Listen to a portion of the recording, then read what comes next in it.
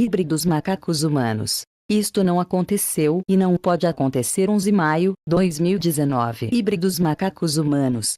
Algo similar faz parte dos estudos do fenômeno OVNI/UFO, pois alguns pesquisadores sugerem que os humanos foram o resultado do cruzamento de um hominídeo terrestre com os deuses vindos do espaço. Mas seria tal feito possível?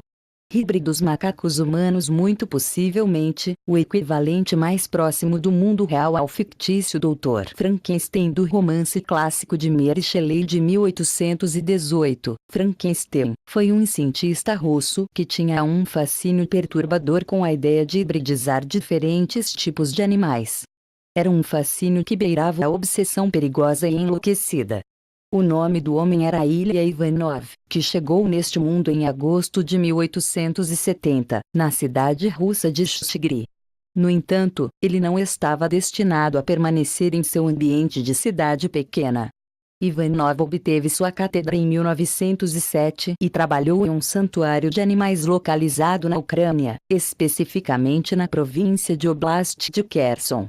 Foi aqui que a pesquisa sombria e perturbadora de Ivanov começou. O trabalho inicial de Ivanov foi focado em cavalos. Ele desenvolveu a ideia de cavalos de corrida interreproduzidos, a tal ponto que, eventualmente, ele acabaria com o que poderíamos chamar da supercavalo supremo, um animal que poderia superar e ultrapassar qualquer outro cavalo do planeta. Era, como se poderia imaginar, um programa que produzia excelentes cavalos de corrida, mas eles não eram nada fora do comum. Algo que estava fora do comum era o próximo alvo de interesse de Ivanov: fundir macacos e humanos em um só. Apenas alguns anos após a saga do supercavalo ter chamado a atenção da Academia de Ciências do governo russo, Ivanov recebeu uma considerável doação, por essa mesma academia, para pesquisar a viabilidade de criar algo semelhante a um homem macaco. Foi uma ideia monstruosa e abominável, mas isso não impediu que isso acontecesse. De fato, fundos significativos foram fornecidos a Ivanov, assim como uma grande quantidade de equipamentos médicos e até mesmo laboratórios recém-construídos de onde os experimentos terríveis podiam acontecer. Os laboratórios não estavam situados no coração da União Soviética. Não. O enorme financiamento permitiu a construção de várias instalações em Kindia, na Guiana Francesa. E, graças à ajuda do Instituto Pasteur, o trabalho começou no início de 1926. Em poucos meses, Ivanov estava mergulhando em áreas extremamente controversas, como Stepanitsyn observa. Ivanov passou o verão em Paris, onde despendeu parte de seu tempo no Instituto Pasteur, trabalhando em maneiras de capturar e subjugar chimpanzés, e parte do tempo com o célebre cirurgião Sergei Voronov, inventor de uma terapia de rejuvenescimento cada vez mais moderna. Numa operação agora notória, Voronov enxertou fatias de testículos de macacos em homens ricos e idosos que esperavam recuperar seu vigor anterior.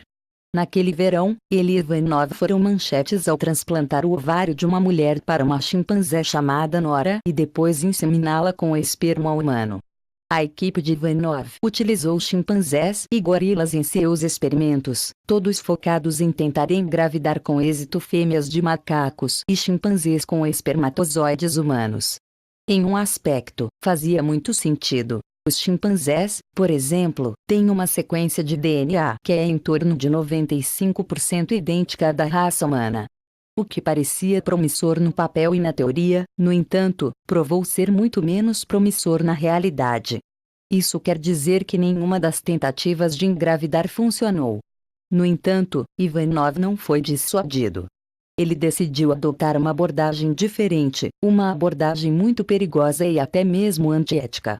Quem sou eu no contexto geral do universo? Quem sou eu no contexto geral do universo?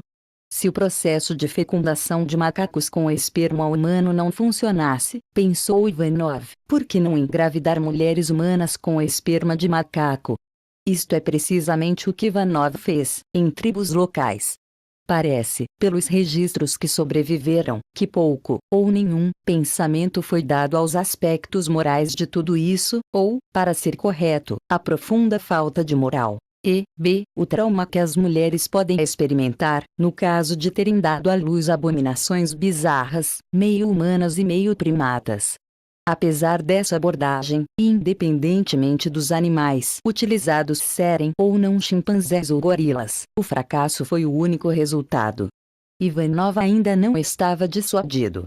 Ele retornou à sua União Soviética, garantiu mais fundos e estabeleceu vários outros laboratórios. De maneira bastante intrigante, vários dos locais das instalações foram mantidos em segredo, talvez, para garantir que os indignados moradores locais não os atacassem, temerosos do que estava acontecendo em suas cidades. No entanto, é fato que pelo menos uma instalação foi construída, subterrânea, na cidade de Sukhumi, na Geórgia. Sabemos disso, pois, há alguns anos, vários esqueletos de macacos foram desenterrados lá, quando operários escavando o local encontraram um dos laboratórios de Pesadelo. Talvez não seja uma surpresa descobrir que os experimentos realizados em Sukhumi falharam tão abismalmente quanto aqueles tentados na Guiana Francesa. O governo soviético não ficou satisfeito com o resultado e, sob o implacável comando de Joseph Stalin, seus agentes prenderam Ivanov. Era 31 de dezembro de 1932, quando Ivanov se viu em água nitidamente quente. Logo ficou escaldante. Ele recebeu um mandato de 5 anos na prisão, morrendo apenas 2 anos após a sentença. Pavel Vargan, que estudou extensivamente o trabalho de Ivanov, observa: a hibridização interespecífica era considerada de grande potencial. Animais que combinam as qualidades mais fortes de duas espécies podem se tornar animais domésticos populares. A mídia soviética fez questão de sugerir que uma nova espécie, unindo a força humana com a subserviência e a agilidade de um macaco, poderia formar uma força de trabalho mais obediente, um exército mais forte. A União Soviética foi pega em uma mania de manipulação genética, para a grande diversão de um romancista. Bulgakov escreveu sobre um canino que se tornou um burocrata soviético após ser submetido a um transplante de testículos humanos.